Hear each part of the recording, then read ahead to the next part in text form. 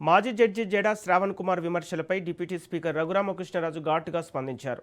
తాను రాజ్యాంగంలోని నిజాలనే చెబుతున్నానని, దాన్ని అపార్థం చేసుకుని తనపై లేనిపోని ఆరోపణలు చేయటం శ్రవణ్ కుమార్ అజ్ఞానమని రఘురామ మండిపడ్డారు. ఏలూరులో ఆయన తలపెట్టిన సభపై కూడా ఎద్దేవా చేశారు.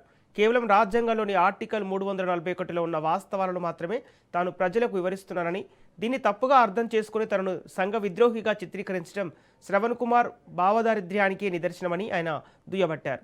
ఏలూరులో శ్రవణ్ కుమార్ తలపెట్టిన భారీ బహిరంగ సభపైన కూడా డిప్యూటీ స్పీకర్ సెటైర్లు వేశారు.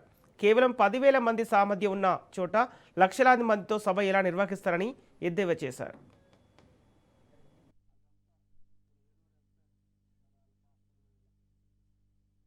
జడ శ్రావణ్ కుమార్ అతను సరే యథాప్రకారం పాపం నన్ను తిట్టుకున్నాడు.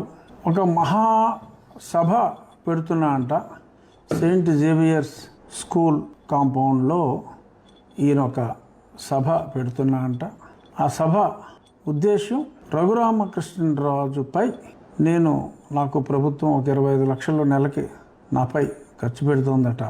అదంతా ఇప్పుడు ఏలూరు వెళ్తే మరి వాళ్ళ పాస్టర్లు వీళ్ళందరూ 100 రూములు తీసుకున్నారంట.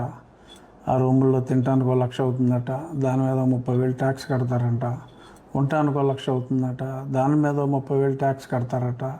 ఇలా కట్టిన ట్యాక్సులన్నీ మాకు అందులో ఎంతో కొంత నాకిచ్చే జీతంలోనూ నాపై ఖర్చు పెట్టి దాంట్లోనూ తృణమోపణం ఉంటుంది. కాబట్టి వాళ్ళు చెప్పిన మాట వినాలట.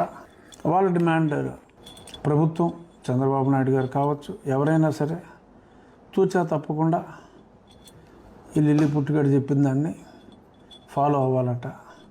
ఈ మాజీ మ్యాజిస్ట్రేటు